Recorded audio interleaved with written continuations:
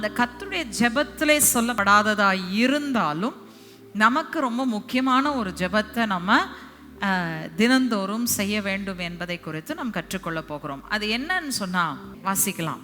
2 பேதுருவின் புஸ்தகம் 1ஆம் அதிகாரம் 3-4 வசனங்கள். தம்முடைய மகிமையினாலும் காருண்யத்தினாலும் நம்மை அழைத்தவரை அறிகிற அறிவினாலே ஜீவனுக்கும் தேவ பக்திக்கும் வேண்டிய யாவற்றையும் அவருடைய திவ்ய வல்லமையானது நமக்கு தந்தருளினதும் அன்றி இச்சையினால் உலகத்தில் உண்டான கேட்டுக்கு தப்பி திவ்ய சுபாவத்துக்கு பங்குள்ளவர்களாகும் பொருட்டு மகா மேன்மையும் அருமையான வாக்குத்தத்தங்களும் அவைகளினாலே நமக்கு அளிக்கப்பட்டிருக்கிறது. சரி, இங்க நல்லா நீங்க வசனத்தை கவனிக்கணும். என்ன சொல்றாருன்னா, நம்மை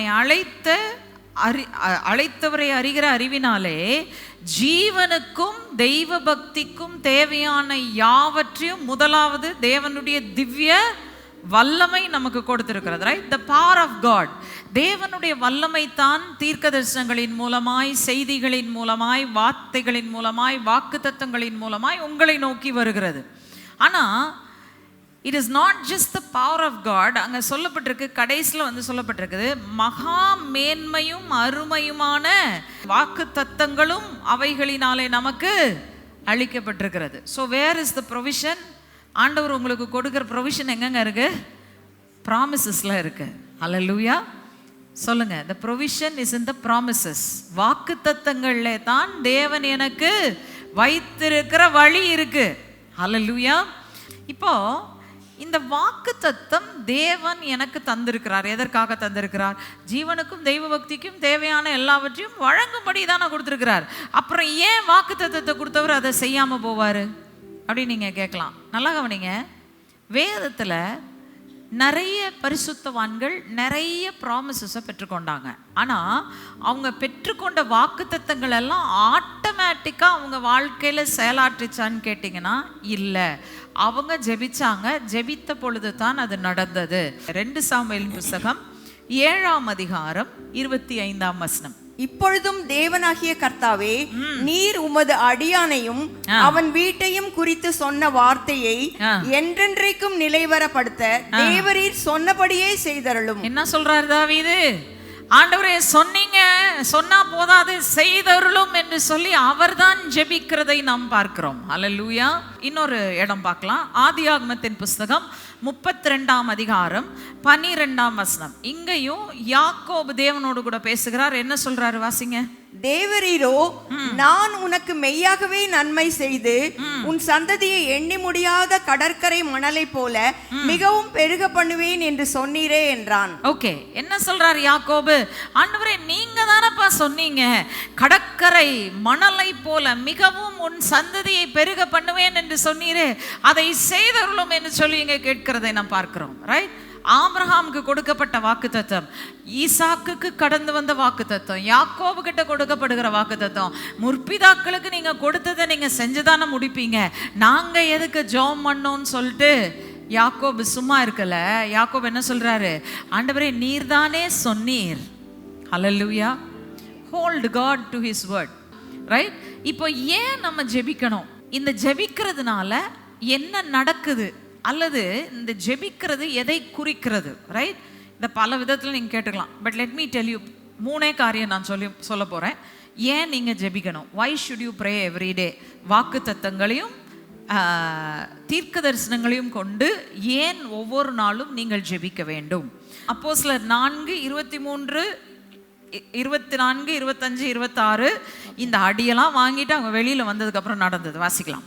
அவர்கள் விடுதலையாக்கப்பட்ட பின்பு தங்களை சேர்ந்தவர்களிடத்தில் வந்து பிரதான ஆசாரியர்களும் மூப்பர்களும் தங்களுக்கு சொன்ன யாவையும் அறிவித்தார்கள். ஒரு நிமிஷம் இங்க நிறுத்திக்கலாம். நீங்க கொஞ்சம் யோசித்து பார்க்கணும். இப்ப என்ன செஞ்சாங்க அவங்க? இந்த இயேசு கிறிஸ்துவின் நாமத்தினாலே நீங்கள் பேச கூடாது என்று சொல்லி அவர்களை மிரட்டினார்கள். ரைட்டா? மிரட்டப்பட்டவர்கள் வந்து அந்த செய்தியை அப்போஸ்தலர்களுக்கு, சகோதரர்களுக்கு அறிவிக்கிறாங்க. எப்படிங்க அறிவிப்பாங்க? அந்த யூத மத சங்கம் வந்து எங்களை வந்து இயேசுவின் நாமத்தினால பேசாமல் இருங்கப்பா, அப்படியே சுமூகமாக கொஞ்சம் சிச்சுவேஷனை டிஃப்யூஸ் பண்ணி போங்கப்பா அப்படின்னு சொன்னாங்கன்னு சொல்லியிருப்பாங்களா? இல்லை அந்த மத சங்கத்தார் தான் அப்படி சொல்லியிருப்பாங்களா? என்ன பண்ணாங்க? மிரட்டினாங்க. இயேசுவின் நாமத்தினால நீ பேசக்கூடாது, பேசினா தேர் வில் பி ரெப்பர்கஷன்ஸ் அப்படின்னு சொல்லி பயங்கரமா மிரட்டி அனுப்பும்போது இவங்க வந்து சீஷர்கள்ட்ட அதை அறிவிக்கும் போது எப்படி அறிவிப்பாங்க? அப்படி பூசி மொழி அறிவிப்பாங்களா? என்ன சந்திச்சாங்களோ அதை அப்படியே கொண்டாந்து அதே வேகத்தில் என்ன செஞ்சிருப்பாங்க? இங்கே சீஷர்கள்ட்ட அறிவிச்சிருப்பாங்க. கரெக்டா?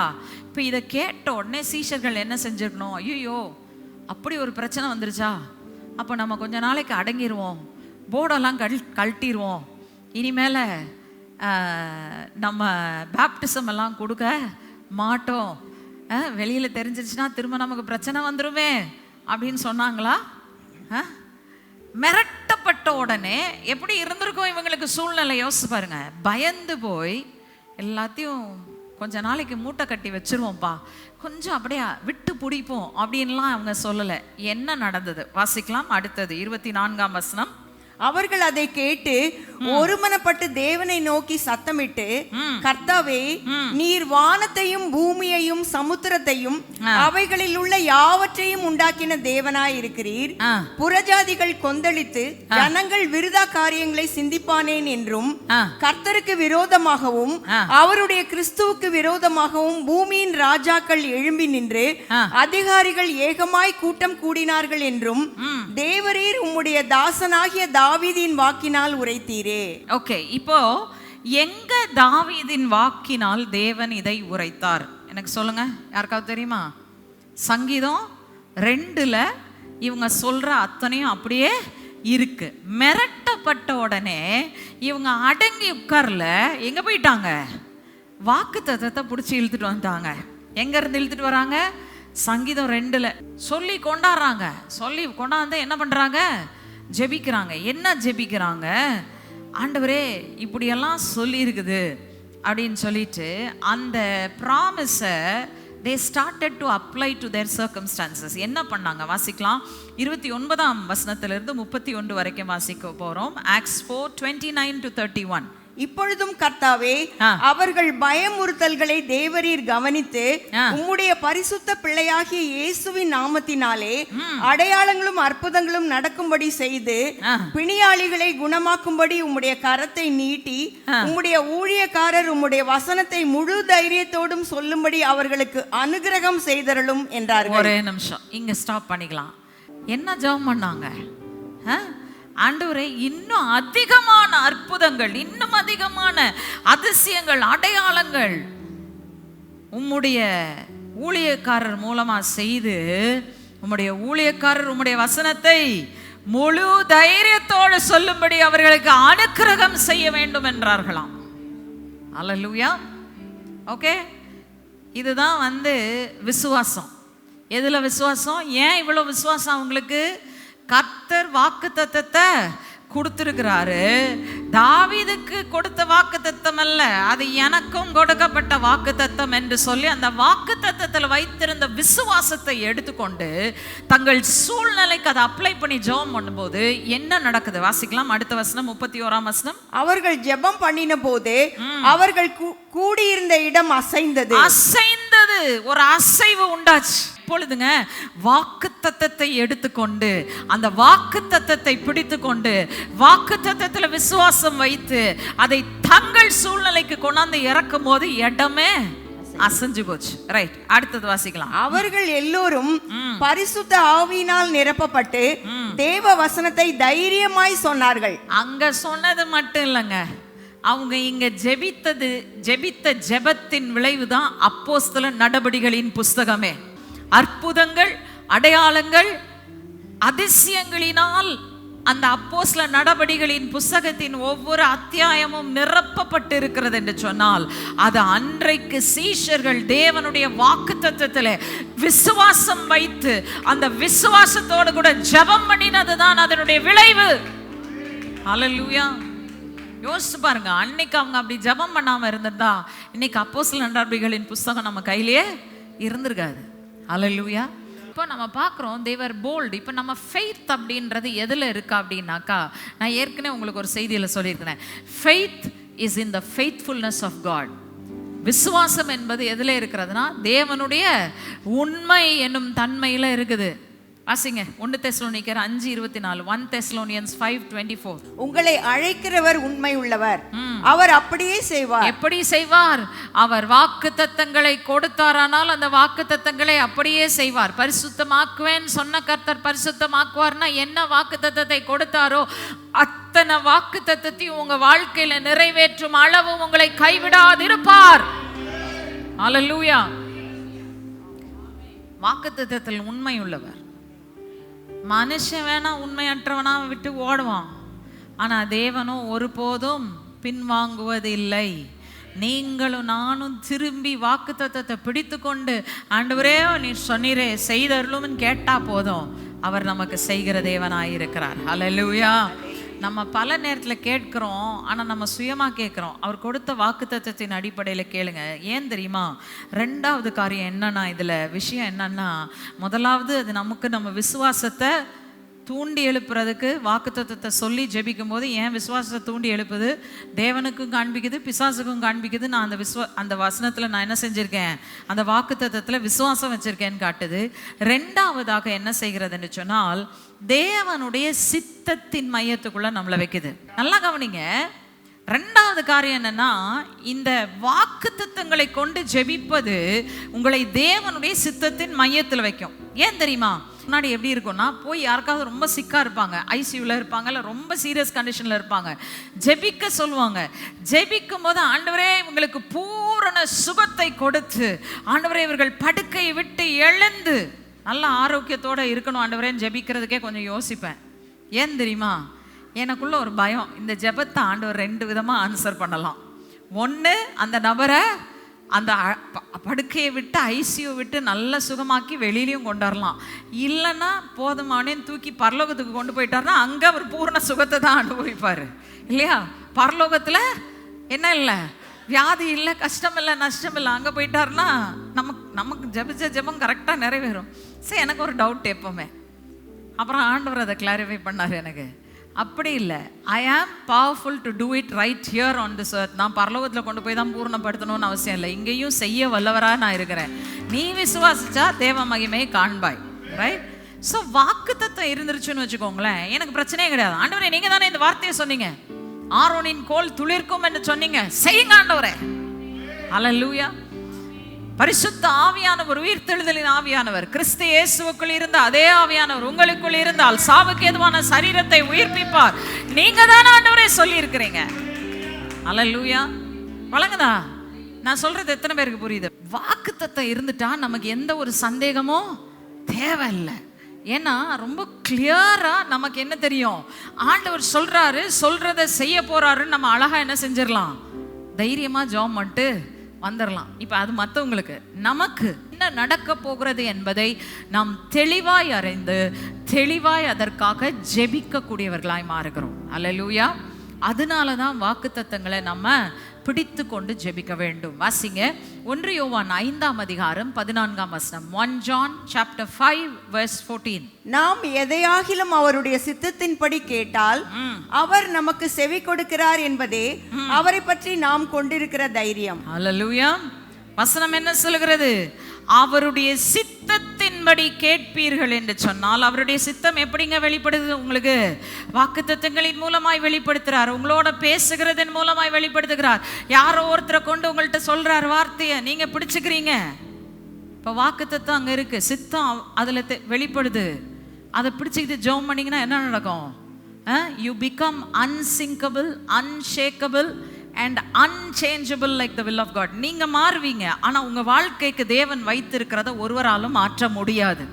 அல்லேலூயா. அல்லேலூயா. அதனால தான் அந்த சித்தத்தோட என்ன செஞ்சிடணும், இணைஞ்சிடணும். அந்த சித்தத்தோட என்ன பண்ணிடணும், ஒன்னா மாறிடணும். எதன் மூலமா? அவர் கொடுக்குற வாக்குத்தத்தங்கள். வாக்குத்தத்தத்தை விட்டுறாதீங்க. விட்டுட்டு உங்க இஷ்டப்படி நீங்க ஜெபம் பண்ணீங்கன்னா, சில நேரத்தில் நம்ம சுய இஷ்டத்தை நம்ம ஜெபிக்கலாம், நம்ம மாம்சத்தினுடைய வாஞ்சை விருப்பங்களை நம்ம ஜெபிக்கலாம், என் இமேஜினேஷன்ஸில் நான் ஜெபம் பண்ணலாம். ஆனால் கர்த்தருடைய வாக்குத்தத்தத்தை பிடித்து கொண்டு நான் ஜெபிப்பேன். ஆனால் அந்த வாக்குத்தத்தம் ஒருபோதும் பொய் சொல்லாது, அது நிச்சயமாய் நிறைவேறும். அவருடைய சித்தத்தை போல மாற்றமில்லாத, கவிழ்க்க முடியாத, அழிக்க முடியாத, தோற்கடிக்க முடியாத கர்த்தருடைய சித்தத்தை போல உறுதியாய் நானும் நிலை நிற்பேன். அல்லேலூயா.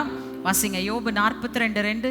தேவரீர் சகலத்தையும் செய்ய வல்லவர், நீர் செய்ய நினைத்தது தடைப்படாது என்பதை அறிந்திருக்கிறேன். அல்லேலூயா.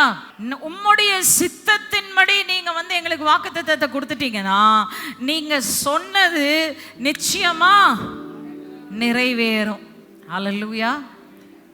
ஒன்று மட்டும் ஞாபகம் வச்சுக்கோங்க, எடுத்த உடனே நிறைவேறலன்னா சோர்ந்து போயிடாது. ஐயோ சொன்னாரு பாருங்க, நான் நம்பி ஜெபம் பண்ண, இந்த சிஸ்டர் சொன்னாங்கன்னு ஜெபம் பண்ணேன், கடைசியில் அது நடக்கலை, புஷ்குன்னு போயிடுச்சு. கவலைப்படாதீங்க. அது என்னதான் நடக்காமல் போனாலும் அது முடிவில் விளங்கும், கட்டாயமாக நடக்கும். It will happen, right? ஏன்னா சாத்தான் எப்போவுமே நம்ம விசுவாசத்தை அசைச்சு பார்க்கறதுக்கு தேவன் சொல்லும் போது நடுவில் ஒரு பிரச்சனையை நமக்கு கொண்டு வருவான். அப்படி கொண்டாடும் போதெல்லாம் நம்ம பின்னிட்டு திரும்பி ஓடிடக்கூடாது. ஆகானை கண்டுபிடிச்சி கொலை பண்ணிட்டோம் அப்படின்னா நிச்சயமாக நம்ம முன்னேறி சென்று என்ன செய்ய முடியும்? வாக்குத்தத்தத்தை சுதந்திரிக்க முடியும். That brings me to the third point. மூணாவது காரியம் என்னன்னா, இது என்ன செய்யுதுன்னா நமக்குள்ளே இருக்கிற ஆகான்களை நம்ம கண்டுபிடிச்சி கொலை பண்ணுறதுக்கு நமக்கு உதவி செய்யுது. வழங்குதா? நமக்குள்ளே இருக்கிற ஆகான் என்பது என்ன? என்னுடைய கேரக்டரில் இருக்கிற ஃப்ளாஸை அகற்றி போட்டு, என்னுடைய நற்குணத்தில் இருக்கக்கூடிய குறைவுகளை அதை அகற்றி போட்டு, சுபாவத்தில் இருக்கிற குறைகளை அகற்றி போட்டு என்னை பூரணப்படுத்தி வாக்குத்தத்தத்தை பெற்றுக்கொள்ள செய்கிறது. வாசிங்க 2 பேதுரு 1:4 மறுபடியும் வாசிக்க போகும். இச்சையினால் உலகத்தில் உண்டான கேட்டுக்கு தப்பி திவ்ய சுபாவத்துக்கு பங்குள்ளவர்களாகும் பொருட்டு மகா மேன்மையும் அருமையுமான வாக்குத்தத்தங்களும் அவைகளினாலே நமக்கு அளிக்கப்பட்டிருக்கிறது. என்ன சொல்றாரு? இச்சையினால் உலகத்திற்கு உண்டான கேட்டுக்கு தப்பி நான் திவ்ய சுபாவத்தில் பங்குள்ளவளாய் மாறும் பொருட்டு மகா மேன்மையும் அருமையுமான வாக்குத்தத்தங்களையும் தேவன் எனக்கு கொடுத்திருக்கிறார். எப்படிங்க வாக்குத்தத்தத்தினால நான் திவ்ய சுபாவத்தில் பங்கடைய முடியும்? ஒரு எக்ஸாம்பிள் சொல்லட்டுமா? பார்க்கலாமா? வேதத்திலிருந்து ஒரு மனிதன் தேவனுடைய சித்தத்தை அறிந்து கொள்கிறார். யார் அவர்னா தானியேல். வாசிங்களேன், தானியேல் 9:2. தானியேல் ஆகிய நான் எருசலேமின் பாழ்கடிப்புகள் நிறைவேறி தீர 70 வருஷம் செல்லும் என்று கர்த்தர் எரேமியா தீர்க்கதரிசியோட சொல்லிய வருஷங்களின் தொகையை புஸ்தகங்களால் அறிந்து கொண்டேன். வசனம் என்ன சொல்லுது? தானியேல் எரேமியா தீர்க்கதரிசியின் புஸ்தகத்தை வாசித்துட்டு இருக்கிறார். இப்போ ஒரு தீர்க்கதரிசனம் லைட் அடிச்சு அவர் கண்ணுக்கு முன்னாடி வந்துருச்சு. ஆண்டவர் என்ன பண்ணிட்டாரு? எடுத்து, இதை பார் தானியேலே, நான் சொன்ன வார்த்தையை கவனி. எரேமியா தீர்க்கதரிசியை கொண்டு 70 வருஷத்துக்கு முன்னாடி நான் சொன்ன வசனம் என்ன? எருசலேமின் பாழ்கடிப்பு, எருசலேம் அழிக்கப்பட்டு 70 ஆண்டுகள் கழித்து கர்த்தராகிய நான் என் ஜனத்துக்கு திரும்ப இறங்குவேன், திரும்ப எருசலேமை கட்டுவிப்பேன் சொன்ன அந்த வாக்குத்தத்தத்தை தானியேல் வாசிக்கிறார். வாசித்த உடனே என்ன செஞ்சிருக்கணும் மனுஷன்? எல்லாரையும் கூட்டி வாயா, கொளுத்த கன்ற அடி, கொண்டாடு, நம்ம எல்லாரும் சேர்ந்து மேளம் அடிச்சு நடனத்தோடு கர்த்தருடைய வாக்குத்தத்தம் நிறைவேற போகும் காலத்தை கொண்டாடுவோம்னு சொல்லியிருக்கணுமா இல்லையா? பட்டாசு வெடிச்சு கொண்டாடிடணும். ஆனால் தானியேல் அப்படி செய்ததான் நம்ம வாசிக்கிறது இல்லை. என்ன பண்ணாரு மனுஷன்? வாசிங்க தானியேல் 9:3. நான் உபவாசம் பண்ணி ரட்டிலும் சாம்பலிலும் உட்கார்ந்து தேவனாகிய ஆண்டவரை ஜபத்தினாலும் விண்ணப்பங்களினாலும் தேட என் முகத்தை அவருக்கு நேராக்கி. எதுக்குங்க அவர் ரெட்டிலும் சாம்பலிலும் உட்காரணும்? யோசித்து பாருங்க கொஞ்சம். தேவனுடைய வாக்குத்தத்தம் நிறைவேறும் காலம் வந்தாயிற்று. எதற்கு இவர் ரெட்டிலும் சாம்பலிலும் உட்காரணும்? இவர் கொண்டாட வேண்டிய காலம் வந்துருச்சு. உண்மையை சொல்ல போனா கை தட்டி இஸ்ரவேல்ல 10 பேரை கூப்பிட்டு உட்கார வச்சு, உட்காரியா, கேளியா, இந்த பார் தேவனுடைய வாக்குத்தத்தம் இதுதான், ஆண்டவர் சொல்லியிருக்க வார்த்தை இதுதான், இப்படி நிறைவேற்றன்னு சொல்லியிருக்கிறார். அந்த 70 வருஷம் முடிவுக்கு வரப்போகுது, ஆண்டவர் நிறைவேற்ற போகிறார், நம்ம சந்தோஷமாய் களி கூர்ந்து மகிழ்வோம்னு சொல்லியிருக்கணுமா இல்லையா? என்ன செய்தாராம்? ரெட்டிலும் சாம்பலிலும் அவர் உட்காருவதற்கு காரணம் என்ன? வாக்குத்தத்தம் இருக்கு, தீர்க்கதரிசனம் இருக்கு, ஆனா இஸ்ரவேல் ஜனங்களோ அதை பெற்றுக்கொள்ளக்கூடிய இடத்தில் இல்லை. காரணம் என்ன? முற்பிதாக்களின் பாவம் இன்னும் இவர்களுக்கும் வாக்குத்தத்தத்தை சுதந்திரிக்கிறதுக்கும் நடுவுல நிக்குது. எத்தனை பேருக்கு புரியுது? தானியேல் தனக்காக மட்டும் ஜெபிக்கலங்க. ரெட்டிலும் சாம்பலிலும் உட்கார்ந்து அவர் ஜெபித்த ஜெபம் அங்க இருக்கா? அது கொஞ்சம் வாசிக்கலாம். 4ஆம் வசனமா 5ஆம் 4. வசனம்? என் தேவனாகிய கர்த்தரை நோக்கி ஜெபம் பண்ணி பாவ அறிக்கை செய்து, ஆண்டவரே, உம்மில் அன்பு கூர்ந்து உம்முடைய கற்பனைகளை கை கொள்ளுகிறவர்களுக்கு உடன்படிக்கையையும் கிருபையையும் காக்கிற மகத்துவமும் பயங்கரமும் உள்ள தேவனே, நாங்கள் பாவம் செய்து அக்கிரமக்காரராய் இருந்து துன்மார்க்கமாய் நடந்து கலகம் பண்ணி உம்முடைய கற்பனைகளையும் உம்முடைய நியாயங்களையும் விட்டு அகன்று போனோம். உமது நாமத்தினாலே எங்கள் ராஜாக்களோடும் எங்கள் பிரபுக்களோடும் எங்கள் பிதாக்களோடும் தேசத்தினுடைய சகல ஜனங்களோடும் பேசின தீர்க்கதரிசிகளாகிய உம்முடைய ஊழியக்காரருக்கு செவி கொடாமல் போனோம். நல்லா கவனிங்க. தானியேல் எந்த காலகட்டத்துல வாழ்றாரு? அவர் சொல்ற அந்த தீர்க்கதரிசிகள் பேசின காலத்துல வாழ்ந்தாரா? அதுக்கப்புறம் பிறந்தவர் தானியேல். வாலிபனாத்தான் சிறையிருப்புக்குள்ளே வர்றாரு இல்லையா? வாலிபர்களில் நல்ல அழகா இருந்த அறிவுள்ளவர்களா இருந்தவர்களை எடுத்து ராஜா தன் பணியில் அமர்த்தினார் என்பதுல தான் தானியேல் கதையே நமக்கு வெளியில வருது. புரியுதுங்களா? அப்போ இந்த பாவங்கள் எப்பொழுது செய்து இஸ்ரவேலை சிறையிருப்புக்குள் தள்ளிச்சுன்னா, தானியேலுடைய காலகட்டத்தில் செய்யப்பட்ட பாவங்கள் இல்லை. அதுக்கு முன்னாடி பிரபுக்களும் ராஜாக்களும் முற்பிதாக்களும் அவங்களுடைய அப்பா தாத்தா பூட்டா எல்லாரும் செஞ்ச பாவமும் சேர்ந்து தான் இந்த இஸ்ரவேலை சிறையிருப்புக்குள்ள தள்ளி இருக்கு. தானியேல் எதுக்கு உட்கார்ந்து ஜெபிக்கணும்? ஒரு மனுஷன் திறப்பில் நின்று அந்த தேசத்திற்கு வரவேண்டிய ஆசீர்வாதத்தின் தடையை அகற்றாவிட்டால் நிச்சயமாய் அந்த இடத்துல ஆசீர்வாதம் வந்திருக்காது. ஹல்லேலூயா. தானியேலும் அதை சுதந்திரிக்கணும், அவருடைய ஜனங்களும் சுதந்திரிக்கணும்னா தேவன் திறப்பில் நிற்கிற ஒரு மனிதனை எப்பொழுதும் தேடுகிறார். அல்லேலூயா. இப்போ நம்ம மற்றவங்களை விட்டுருவோம், நம்ம வாழ்க்கைக்கு ஃபஸ்ட்டு நம்ம பார்ப்போம். நம்ம வாழ்க்கைக்கு ஆண்டவர் கொடுத்துருக்கிற வாக்குத்தத்தம் நிறைவேறணும்னா சில நேரத்தில் என் வாக்குத்தத்தத்துக்கும் எனக்கும் இடையில தடையாய் நிற்கிற ஏதோ ஒன்று இருக்கிறபடியினால அதை நான் அறிக்கை செய்து தகர்த்து போடும்படியாக வாக்குத்தத்தத்தை நான் சொல்லி ஜெபிக்கும் போது அதனோடு கூட இருக்கிற நிபந்தனையை பார்த்தாலே தெரியும், தெரிஞ்சு போயிடும் என்ன பிரச்சனைன்னு தெரியும். ஹல்லேலூயா. ஆவியானவர் உணர்த்துவார். உணர்த்துறதை உட்கார்ந்து அறிக்கை பண்ணுங்க, அவருடைய சமூகத்தில் ஒப்பு கொடுங்க. ஆண்டவரே, இந்த தடை எனக்குள் நிற்கிறது. ஆண்டவரே, வாக்குத்தத்தத்தை சுதந்திரிக்க முடியாம எனக்கும் வாக்குத்தத்தத்துக்கும் நடுவில் இருக்கிற இந்த பெரிய தடையை அகற்றி போடுங்க ஆண்டவரே, மன்னிங்க ஆண்டவரே. நீங்க ஜெபிக்கும் போது அல்லது விசுவாசிக்கிற ஆண்டவரே, ஆகிலும் என் அவ்விசுவாசம் நீங்க எனக்கு உதவி செய்யுங்க ஆண்டவரே. வாட் எவர் இட் இஸ், உங்க லைஃப்ல என்ன தேவையோ ஆண்டவர் அந்த வாக்குத்தத்தத்தை வச்சு தான் உங்களை டியூன் பண்ணி கொண்டு வருவார். அல்லேலூயா. எத்தனை பேருக்கு விளங்குதுங்க நான் சொல்றது? புரியுதா? வாக்குத்தத்தத்தை அவர் கொடுக்கறதுக்கு காரணம் என்னன்னா, உங்களை சும்மா உன் கேரக்டரை மாத்துன்னு சொன்னா மாற்ற மாட்டீங்க. ஆனா ஒரு வாக்குத்தத்தத்தை கொடுத்துட்டாரு. எனக்கு இந்த வாக்குத்தத்தம் வேணுமே வேணுமே வேணுமே நினைச்சா என்ன பண்ணுவோம்? இந்த வாக்குத்தத்தம் வேணுமா, உன் வாழ்க்கை அதை பெற்றுக்கொள்ளக்கூடிய இடத்துல வந்தால் நீ பெற்றுக்கொள்வாய். என்னோடனே ஆட்டோமேட்டிக்காக என்ன செய்கிறோம்? வாக்குத்தத்தம் வேணும் ஆண்டவரே, நான் வாழ்க்கையை மாற்றிக்கிறேன், மாற்றிட்டு வந்து நின்று பெற்றுக்கொள்கிறோம். அல்லேலூயா. எத்தனை பேருக்கு விளங்குது நான் சொல்கிறது? ரைட்? You understand? உங்கள் கேரக்டர் மாறும். திவ்ய சுபாவத்தில் அவரை போல நீங்கள் மாற மாற மாற வாக்குத்தத்தங்கள் எல்லாம் தானாய் உங்கள் வாழ்க்கையில் நிறைவேற ஆரம்பிக்கும். ஆனால் அதுக்கு நீங்கள் வாக்குத்தத்தத்தை எடுத்து ஜெபம் பண்ணாதான் இது நடக்கும். ஸோ கர்த்தருடைய ஜெபத்தை மாடல் ப்ரேயராக வச்சு பண்ணுங்க.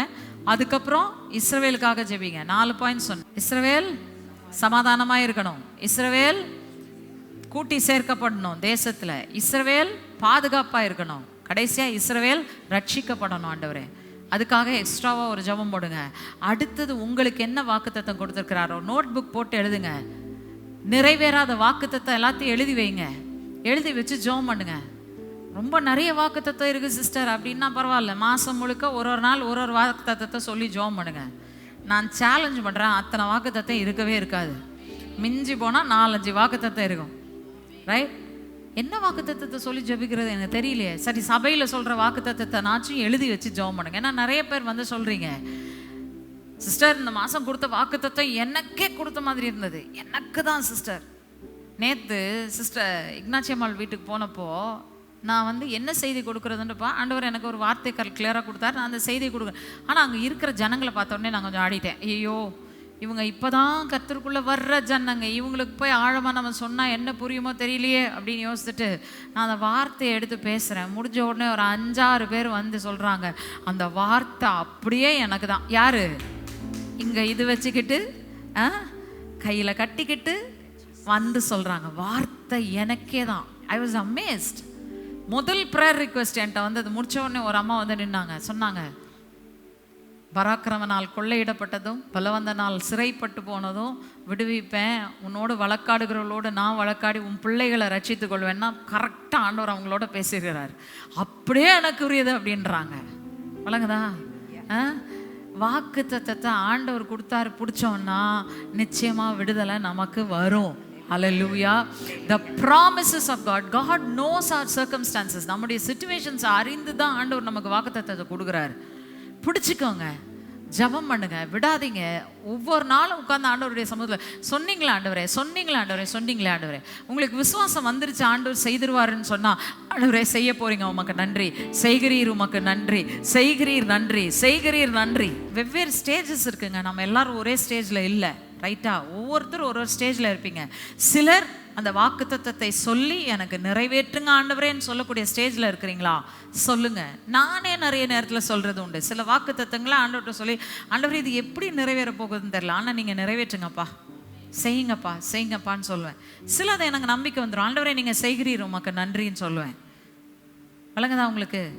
What ever is your condition, ஒரு வாக்குத்தத்தத்தை எடுத்துக்கொண்டு வைத்து அதை பெற்றுக்கொள்ளும்படியாக தேவனிடத்தில் மன்றாடுங்கள், ஜெபிங்க. ஆண்டவரே, I am coming on the basis of your promise. உங்களுடைய வாக்குத்தத்தத்தின் அடிப்படையில் நான் வரேன்.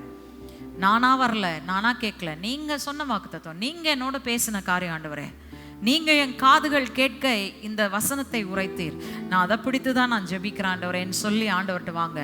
நிச்சயமாக உங்கள் வாழ்க்கை மறுரூபமாகும். குறைவில்லாமல் நிறைவுள்ளவர்களாக இருப்பீர்கள். ஹல்லேலூயா. குறைவுகள் வராதுன்னு நான் சொல்லலை, குறைவுகள் வரும். ஆனால் குறைவுகளை மேற்கொண்டு நிறைவுள்ளவர்களாய் நீங்கள் நிலை நிற்பீர்கள்.